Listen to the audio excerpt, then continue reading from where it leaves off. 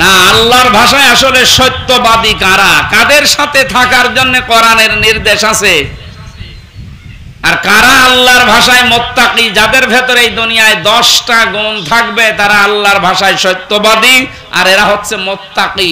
সুবহানাল্লাহ বলে। শুধু পশ্চিম দিকে ঘুরে নামাজ পড়লেই নাকি হয় না। আল্লাহ রাব্বুল আলামিন ওটা বলার জন্য লাইসা শব্দ দিয়েছেন। লাইসাল বিররু আন তুওয়াল্লু ওয়ুজুহাকুম কিবালাল মাশরিকি ওয়াল মাগরিব। তোমরা কোন আয়াতের তাফসীর শুনতে হলে যে 5টা বিষয় আছে তাফসীরে মাজহারিতে। 1 নম্বরে তেলাওয়াত করা লাগে শুদ্ধ করে, আয়াতটা আমরা পড়েছি আংশিক। এরপরে বাংলা অর্থ বলার আগে বা মাতৃভাষায় যে যে ভাষায় কথা বলে। 3 নম্বর ঐতিহাসিক প্রেক্ষাপট, যেহেতু 177 আয়াত শুনে ফেলেছেন। 4 নম্বরে এর পূর্বে এবং পরের আয়াতের সাথে এর সম্পর্ক কি আছে। তাফসীর করার জন্য মূল নীতি যে 13টা আছে তার ভেতরে এগুলো অন্যতম। এরপরে এই আয়াতের বাস্তব যে ব্যাখ্যা, এটা দেওয়া লাগবে জনগণের সামনে। আমরা বাস্তব ব্যাখ্যায় দেবো ইনশাআল্লাহ। মান ধাতা আমলে কি হয়েছে সব দরকার নেই, এখন কি দরকার ওইটা বলা লাগবে। 5 নম্বরে এখান থেকে মূল শিক্ষা যেগুলো বের হয় এটা নিয়ে বাড়ি যাওয়া লাগবে। আমরা অল্প সময় হলো এখান থেকে কিছু নিয়ে যেতে রাজি আছি তো ইনশাআল্লাহ। কোরআন থেকে যদি কারো হেদায়েত নসিব না হয়, ও যেন বিশ্বাস করে যে আল্লাহ ওকে জাহান্নামে দেবে, এই জন্যই বানিয়েছে। মানিত্তাবাল হুদা বিগাইরিল কোরআন আদাল্লাহুল্লাহ। কোরআন বাদ দিয়ে পৃথিবীতে যদি কেউ হেদায়েত পাওয়ার জন্য কোন জায়গায় যায়, আল্লাহ নিজে দায়িত্ব নিয়ে তাকে খারাপ বানিয়ে দেয়। আপনি কথা বুঝতেছেন না? বোঝেননি এখনো। শব্দের দিকে খেয়াল করেন তো, যেহেতু আলেমরা এখানে আছে। আদাল্লা ইউদিল্লু বাবে ইফআল থেকে এই শব্দটা এসেছে। নবী যদি দল্লা ইয়াদিল্লু দিতেন তাও বাংলা অর্থ হয়ে যেত। আদাল্লা দিলেন কেন? যারা হাদিস ব্যাখ্যা করে মুহাদ্দিসিন ইকরাম তারা লিখেছেন আদাল্লা শব্দটা বাবে ইফআল থেকে আসার কারণে বাংলা অর্থ দাঁড়িয়েছে। আগে যদি দল্লা আসতো বাংলা অর্থ হতো আপনি নিজেই নিজেকে খারাপ বানিয়ে ফেলেছেন। আদাল্লা শব্দটা আসার কারণে বাংলা অর্থ দাঁড়িয়েছে আপনি হয়তো কোনো জায়গায় ভালো হওয়ার নিয়তে গিয়েছিলেন, কিন্তু সেখানে কোরআনে কারিমের কর্মসূচি ছিল না, কোরআন কেন্দ্রিক কিছু পাননি। এই জন্য আল্লাহ নিজে দায়িত্ব নিয়ে আপনাকে আরো গোমরাহ আরো খারাপ বানিয়ে দেবে। বলেন নাউজুবিল্লাহ। হেদায়েত দেওয়ার একচ্ছত্র মালিকানা হামজার কার? বলেন বলেন। সুতরাং আজকে এই হাদিসটা থেকে কিছু নিয়ে যাওয়া লাগবে। বাংলাদেশ সহ বিশ্বে যেখানে কোরআন নেই, কোরআন কেন্দ্রিক কিছু চলে না, ওখানে যদি আমি ভালো হওয়ার নিয়তেও যাই আমাকে খারাপ বানাবে কে? আপনি টের পেলেন কি বলতে যাচ্ছে রাসূলুল্লাহ? এই হাদিসটার বাস্তব প্রমাণ আজ বাংলাদেশ। 48,000-এর উপরে দেশে এখন পীর। অধিকাংশ দরবারে যাবেন কোরআন নেই, কোরআনের কর্মসূচি নেই, ওর বাবা যা করেছে ও তাই করে। কথা বলে না কেন? আগেকার জামানায় যারা আল্লাহর ওলি আমরা দাবি করি বা বলি যাদের, তাদের দরবারে গেলে আগে কোরআন পাওয়া যেত। বিশ্বাস হচ্ছে না আপনার? শাহজালালের দরবারে এখনো যান, দেখেন একটা কোরআন আর একটা তরবারি এখনো আছে। তাদের ডান হাতে কোরআন শরীফ, বাম হাতে তরবারি, এইভাবে নিয়ে তারা চলতো। তাদের দরবারে কেউ গেলে আগে বলতো যে কোরআন শরীফ দিলাম, এটা পড়ো আল্লাহকে পেয়ে যাবা। কিন্তু তাদের আজ প্রজন্ম যারা, তাদের সন্তানাদের ভেতরে আমরা দেখতে পাচ্ছি অনেকেই আজ দরবারে গেলে এখন আর কোরআন তুলে দেয় না, এমন এমন জিকির দেয় যেটা কোরআনেও নেই হাদিসেও নেই, মানানো। নবীজির হাদিস ছিল কি? মানিত্তাবাল হুদা বিগাইরিল কোরআন আদাল্লাহুল্লাহ। কোরআন শরীফ যেখানে নেই, এখানে কেউ যদি ভালো হওয়ার নিয়তেও যায় তাকে খারাপ বানিয়ে দেয় কে? এটার বাস্তব প্রমাণ কুমারখালীর ওই যে মাজার লালনের, লালন শব্দটা একটু আসতে বলি, এখানে কোরআন আছে। মানুষ যারা আছে খারাপ হওয়ার নিয়তে আসে না, সেই রংপুর থেকে আসে, লালমনির হাট থেকে, পঞ্চগড় থেকে বউ ছেলে মেয়ে বেঁধে নিয়ে আসে, মনে করে আল্লাহর ওলি এখানে আসে। কিন্তু এখানে কোরআন নেই, কোরআন কেন্দ্রিক কিছু চলে না। এই জন্য মানুষ আসার পরে আমরা দেখি নবীজির এই হাদিস ভালো হওয়ার পরিবর্তে আরো খারাপ হয়। আগে হয়তো গাঁজা খেতো না, এখন খায়। কথা বলেন না কেন? আগে বিড়ি খেতো না, এখন বিড়ি খায়। ভালো হয়েছে না খারাপ হয়েছে? এই জন্য আজকে শুধু হাদিস শুনে শেষ করে দিলে হবে না। যারা এখানে এসেছেন, এটা রেকর্ডও হচ্ছে, কালকে সারা দুনিয়ায় ছড়াবে। আমার সামনে এখন এই হাজার হাজার মানুষ না, এখন আমার সামনে 750 কোটির উপরে মানুষ। কারণ আমার কথাগুলো অধিকাংশ বিভিন্ন ভাষায় রূপান্তরিত হয়। আমি তামিলনাড়ু ছিলাম, ওখানে যেয়ে দেখছি আমার কণ্ঠ বাঁচতে না, ওদের ভাষায় ওরা পাল্টিয়ে নিয়েছে। তার মানে কথাগুলো আমি যা বলি শুধু কুষ্টিয়া পাবনা এর জন্য না, তামাম দুনিয়ার মুসলমানদের জন্য। সবাইকেই বলছি, কোরআন যেখানে নেই, যদি ওখানে আপনি থাকেন, আপনার নিয়ত ভালো থাকতে পারে, কিন্তু আপনাকে আল্লাহ গোমরা বানিয়ে দেবে নিজে দায়িত্ব নিয়ে। কোরআন দিয়ে শোনা লাগবে।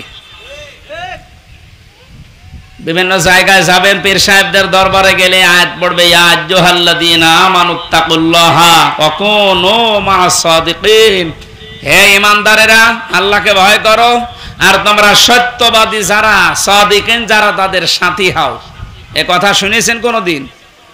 আল্লাহর ভাষায় আসলে সত্যবাদী কারা, কারা মুত্তাকি, এ কথাকে আমি বানিয়ে বললে হবে? বলেন। সূরা বাকারার এই আয়াতে আল্লাহ তাআলা ঘোষণা দিচ্ছেন, লাইসাল বিররা আন তুওয়াল্লু ওয়াজহাকুম কিবালাল মাশরিকি ওয়াল মাগরিবি ওয়ালাকিন্নাল বিররা মান আমানা বিল্লাহ। ওই জামানায় কিছু মানুষ ছিল, এটা নাজিল হওয়ার যে ঐতিহাসিক প্রেক্ষাপট আছে, আমাদের সময় খুব কম, তো আমরা তাড়াতাড়ি করছি খুব বিষয়, যে কোনো বিষয়ে। মনে হয় 8:45 নামাজ নাকি? সালাতে বললে আমি আরো পারবো, কিন্তু কিরামান কাতিবিন আবার চলে আসে না, জান? ঠিক আছে, কিরামান কাতিবিন আসবে না। কিরামান কাতিবিন মানে বুঝেছেন, ও আসার সম্ভাবনা নেই। ঠিক আছে, তাহলে আমরা একটু আলোচনা লম্বা চাচ্ছি। হ্যাঁ, ইনশাআল্লাহ। নদী আছে না? না, নদী না, কুমারখালী তো ঢুকবে না, ওই বাঁধের লোকরা। ঠিক আছে, আলহামদুলিল্লাহ। তা আমরা সূরা বাকারার ঐতিহাসিক প্রেক্ষাপটটা একটু জানা দরকার। সূরার নামকরণ, কোন তো আয়াতের তাফসীর করতে হলে এখানে ধারাবাহিক বলতে 15 দিন 20 দিন পরে পরে যেটা হয়, প্রত্যেকটা আয়াতের পেছনে নাজিল হওয়ার কিছু কারণ নেই। সূরা বাকারা যেহেতু শুরু হয়েছে, 177 আয়াত চলছে, তার মানে অবশ্যই এর নামকরণ আপনারা শুনেছেন। ওই যে গরুর যে ঘটনাটা, বাকারা শব্দটা এমনিতে এখানে দেওয়া হয়নি। ও যেহেতু আপনারা নামকরণ শুনে ফেলেছেন, আমার দরকার নেই, আমি শিক্ষায় যাচ্ছি। আজ যে বিভ্রান্তগুলো আমাদের এই বাংলাদেশ, ভারত আর পাকিস্তানে চলছে, এটা নিরসন করা দরকার এই আয়াত দিয়ে। আন্দাজে যারা তারা মুত্তাকি মনে করে, আল্লাহর ওলি, আল্লাহর বন্ধু বলে চালিয়ে দেয় না। আল্লাহর ভাষায় আসলে সত্যবাদী কারা, কাদের সাথে থাকার জন্য কোরআনের নির্দেশ আছে, আর কারা আল্লাহর ভাষায় মুত্তাকি, যাদের ভেতরে এই দুনিয়ায় 10টা গুণ থাকবে, তারা আল্লাহর ভাষায় সত্যবাদী, আর এরা হচ্ছে মুত্তাকি। সুবহানাল্লাহ বলেন। শুধু পশ্চিম দিকে ঘুরে নামাজ পড়লেই নাকি হয় না। আল্লাহ রাব্বুল আলামিন ওটা বলার জন্য লাইসা শব্দ দিয়েছেন। লাইসাল বিররা আন তুওয়াল্লু ওয়াজহাকুম কিবালাল মাশরিকি ওয়াল মাগরিব। তোমরা কোন আয়াতের তাফসীর শুনতে হলে যে 5টা বিষয় আছে তাফসীরে মাযহারিতে। 1 নম্বরে তেলাওয়াত করা লাগে শুদ্ধ করে, আয়াতটা আমরা পড়েছি আংশিক। এরপরে বাংলা অর্থ বলার আগে বা মাতৃভাষায় যে ভাষায় কথা বলে। 3 নম্বরে ঐতিহাসিক প্রেক্ষাপট, যেহেতু 177 আয়াত শুনে ফেলেছেন। 4 নম্বরে এর পূর্বে এবং পরের আয়াতের সাথে এর সম্পর্ক কি আছে, তাফসীর করার জন্য মূল নীতি যে 13টা আছে, তার ভেতরে এগুলো অন্যতম। এরপরে এই আয়াতের বাস্তব যে ব্যাখ্যা, এটা দেওয়া লাগবে জনগণের সামনে। আমরা বাস্তব ব্যাখ্যায় যাব ইনশাআল্লাহ। মানধাত আমলে কি হয়েছে সব দরকার নেই, এখন কি দরকার ওইটা বলা লাগবে। 5 নম্বরে এখান থেকে মূল শিক্ষা যেগুলো বের হয়, এটা নিয়ে বাড়ি যাওয়া লাগবে। আমরা অল্প সময় হলো এখান থেকে কিছু নিয়ে যেতে রাজি আছি তো ইনশাআল্লাহ। কোরআন থেকে যদি কারো হেদায়েত নসিব না হয়, ও যেন বিশ্বাস করে যে আল্লাহ ওকে জাহান্নামে দেবে, এই জন্যই বানিয়েছে। মানিত্তাবাল হুদা বিগাইরিল কোরআন আদাল্লাহুল্লাহ। কোরআন বাদ দিয়ে পৃথিবীতে যদি কেউ হেদায়েত পাওয়ার জন্য কোনো জায়গায় যায়, আল্লাহ নিজে দায়িত্ব নিয়ে তাকে খারাপ বানিয়ে দেয়। আপনি কথা বুঝতেছেন না? বোঝেননি এখনো। শব্দের দিকে খেয়াল করেন তো, যেহেতু আলেমরা এখানে আছে। আদাল্লা ইউদিল্লু বাবে ইফআল থেকে এই শব্দটা এসেছে। নবী যদি দল্লা ইয়াদিল্লু দিতেন তাও বাংলা অর্থ হয়ে যেত। আদাল্লা দিলেন কেন? যারা হাদিস ব্যাখ্যা করে মুহাদ্দিসিন ইকরাম তারা লিখেছেন আদাল্লা শব্দটা বাবে ইফআল থেকে আসার কারণে বাংলা অর্থ দাঁড়িয়েছে। আগে যদি দল্লা আসতো বাংলা অর্থ হতো আপনি নিজেই নিজেকে খারাপ বানিয়ে ফেলেছেন। আদাল্লা শব্দটা আসার কারণে বাংলা অর্থ দাঁড়িয়েছে আপনি হয়তো কোনো জায়গায় ভালো হওয়ার নিয়তে গিয়েছিলেন, কিন্তু সেখানে কোরআনে কারিমের কর্মসূচি ছিল না, কোরআন কেন্দ্রিক কিছু পাননি। এই জন্য আল্লাহ নিজে দায়িত্ব নিয়ে আপনাকে আরো গোমরা আরো খারাপ বানিয়ে দেবে। বলেন নাউজুবিল্লাহ। হেদায়েত দেওয়ার একচ্ছত্র মালিকানা হামজার কার? বলেন বলেন। সুতরাং আজকে এই হাদিসটা থেকে কিছু নিয়ে যাওয়া লাগবে। বাংলাদেশ সহ বিশ্বে যেখানে কোরআন নেই, কোরআন কেন্দ্রিক কিছু চলে না, ওখানে যদি আমি ভালো হওয়ার নিয়তেও যাই আমাকে খারাপ বানাবে কে? আপনি টের পেলেন কি বলতে যাচ্ছে রাসূলুল্লাহ? এই হাদিসটার বাস্তব প্রমাণ আজ বাংলাদেশ। 48,000-এর উপরে দেশে এখন পীর। অধিকাংশ দরবারে যাবেন কোরআন নেই, কোরআনের কর্মসূচি নেই, ওর বাবা যা করেছে ও তাই করে। কথা বলেন না কেন? আগেকার জামানায় যারা আল্লাহর ওলি আমরা দাবি করি বা বলি যাদের, তাদের দরবারে গেলে আগে কোরআন পাওয়া যেত। বিশ্বাস হচ্ছেন আপনার? শাহজালালের দরবারে এখনো যান, দেখেন একটা কোরআন আর একটা তরবারি এখনো আছে। তাদের ডান হাতে কোরআন শরীফ, বাম হাতে তরবারি, এইভাবে নিয়ে তারা চলতো। তাদের দরবারে কেউ গেলে আগে বলতো যে কোরআন শরীফ দিলাম, এটা পড়ো আল্লাহকে পেয়ে যাবা। কিন্তু তাদের আজ প্রজন্ম যারা, তাদের সন্তানাদের ভেতরে আমরা দেখতে পাচ্ছি অনেকেই আজ দরবারে গেলে এখন আর কোরআন তুলে দেয় না, এমন এমন জিকির দেয় যেটা কোরআনেও নেই হাদিসেও নেই, মানানো। নবীজির হাদিস ছিল কি? মানিত্তাবাআল হুদা বিগাইরিল কোরআন আদাল্লাহুল্লাহ। কোরআন শরীফ যেখানে নেই, এখানে কেউ যদি ভালো হওয়ার নিয়তেও যায় তাকে খারাপ বানিয়ে দেয় কে? এটার বাস্তব প্রমাণ কুমারখালীর ওই যে মাজার লালনের, লালন শব্দটা একটু আসতে বলি, এখানে কোরআন আছে। মানুষ যারা আছে খারাপ হওয়ার নিয়তে আসে না, সেই রংপুর থেকে আসে, লালমনিরহাট থেকে, পঞ্চগড় থেকে বউ ছেলে মেয়ে বেঁধে নিয়ে আসে, মনে করে আল্লাহর ওলি এখানে আসে।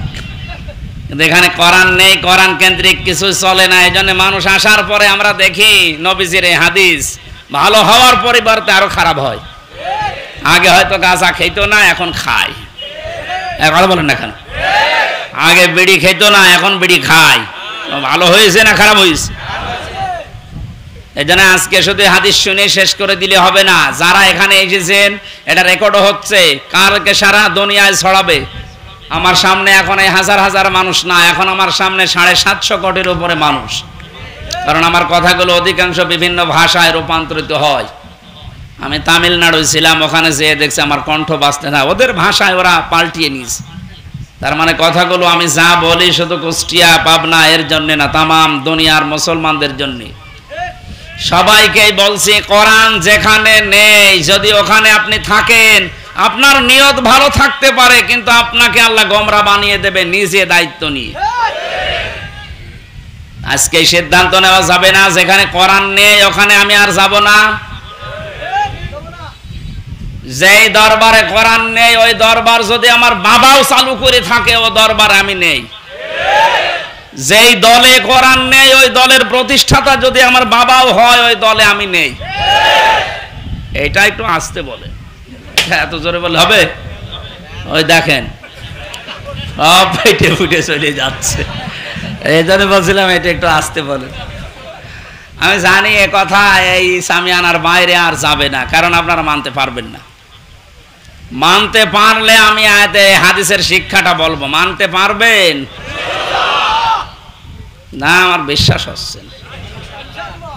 এই দেখেন পাশে কিন্তু আল্লাহর ঘর মসজিদ, আরে বড় বড় আলেম সব বসে আছে, এদেরকে সাক্ষী রেখে আপনি বলছেন যে দলে কোরআন নেই, কোরআনের কর্মসূচি নেই, ওখানে যদি আপনি ভালো হওয়ার নিয়ত থাকেন আপনাকে খারাপ বানিয়ে দেবে কে?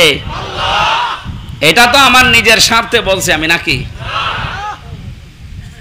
আমা আলাইনা ইল্লাল বালাগ, আমার দায়িত্ব পৌঁছিয়ে দেওয়া, আমি পৌঁছিয়েই দিচ্ছি সঠিকভাবে। সুতরাং মেনে নেবেন না নেবেন এটা আপনার ব্যাপার। আমি আশা করছি আপনি মানবেন, কারণ এর সামনে ঘর আল্লাহ, আল্লাহর ঘরকে সাক্ষী রেখেও যদি আপনি এখন উল্টা দিকে চলে যান, আপনি জাহান্নামে যাবেন। এই জন্যই তৈরি হয়েছেন, এটা আপনি বিশ্বাস করে নিতে পারেন। যাদের কমন সেন্স কাজে লাগছে না, এত খোলাখুলি কথা বলার পরেও ওরা জাহান্নামে যাবেই। আকালু লাউ কুননা নাসমাউ আও নাকিলু মা কুননা ফি আসহাবিস সাঈর। জাহান্নামে সাঈরের দরজা দিয়ে যারা যাবে তারা দুইটা কথা বলবে, আমরা যদি শুনতাম আর যদি আমাদের কমন সেন্সকে কাজে লাগাতাম ওই সময়, তাহলে আজকে এই জাহান্নামে সাঈরের দরজা দিয়ে প্রবেশ করা লাগতো না। জাহান্নামের যে 7টা স্তর আছে, দরজা আছে, এই দরজা দিয়ে এক এক পাপের কারণে মানুষ এক এক দরজা দিয়ে প্রবেশ করবে। তার ভেতরে অন্যতম এই সাঈর। কি নাম? এই সাঈরে যাওয়ার জন্য প্রথম কারণ হচ্ছে যারা শোনার পরে না শোনার ভান করে থাকে। এত খোলাখুলি বলার পরও আপনি না শোনার ভান করে আছেন। আও না কইলো, যারা তাদের কমন সেন্স আকেলকে কাজে লাগায় না। আপনার ভেতরে আমার ভেতরে আর পশু পাখির ভেতরে পার্থক্য এই, ওদেরকে আল্লাহ আকেল দেয়নি। কি দেয়নি? এই জন্য ওদের মরণের পরে ওরা মাটি হয়ে যাবে। আমাদের আকেল আছে, কমন সেন্স আছে, এই কারণে আমাদের বিচার হবে। লাহুম কুলুবুল লা ইয়াফকাহুনা বিহা, যাদের কলব আছে কিন্তু চিন্তা নেই, বোঝে না, তারা সব কিছু দুনিয়ায় বোঝে, কোরআনের কথাগুলো শোনার পরে বোঝে না। আলাহুম আয়ুনুল লা ইবসিরুনা বিহা, তাদের চোখ আছে, সব কিছু তারা দেখতে পায়, কোরআনের কথাগুলো দেখতে পায় না। আলাহুম আযানুল লা ইয়াসমাউনা বিহা, তাদের কান আছে, তারা শোনে না। দুনিয়ার সব কথা শুনতে পাচ্ছে, কত মিডিয়ার মাধ্যমে, ভিডিওর মাধ্যমে, ফেসবুকে, ইন্টারনেটে, পত্রিকায় কত কথা ভেসে আসে, শোনে, দেখে। শোনার পরেও দেখার পরে না দেখার ভান করে থাকে, না শোনার ভান করে থাকে, বোঝার পরেও বোঝে না। এই 3টা ইন্দ্রিয় শক্তি আল্লাহ যাদের দিয়েছেন, এই আবার তাকান, এই 3টা ইন্দ্রিয় শক্তি আল্লাহ যাদের দিয়েছেন, এ মানুষগুলো যদি কাজে না লাগায়, ওয়ালাকাদ যারানা লিজাহান্নামা কাসীরাম মিনাল জিন্নি ওয়াল ইনস। কথা শুরু করার আগে আল্লাহ তিনবার তাকিদ দিচ্ছেন। ওয়ালাকাদ, একবারে তো আল্লাহ কদ দিয়ে শুরু করতে পারতেন, ওয়া দিলেন, লাম দিলেন, কদ দিলেন কেন? কথাটা গুরুত্বপূর্ণ। অধিকাংশ মানুষ আর জিনকে আল্লাহ জাহান্নামে দেবে এই জন্যই বানিয়েছেন। যে 3টা কারণের কথা বললাম, দেখেন তো আপনার মেলে কিনা জীবনে। আমার তো আয়াত পড়ার মনে হয় এ বাংলাদেশে এখন 199 জন আয়াত দ্বারা ধরা খাবে।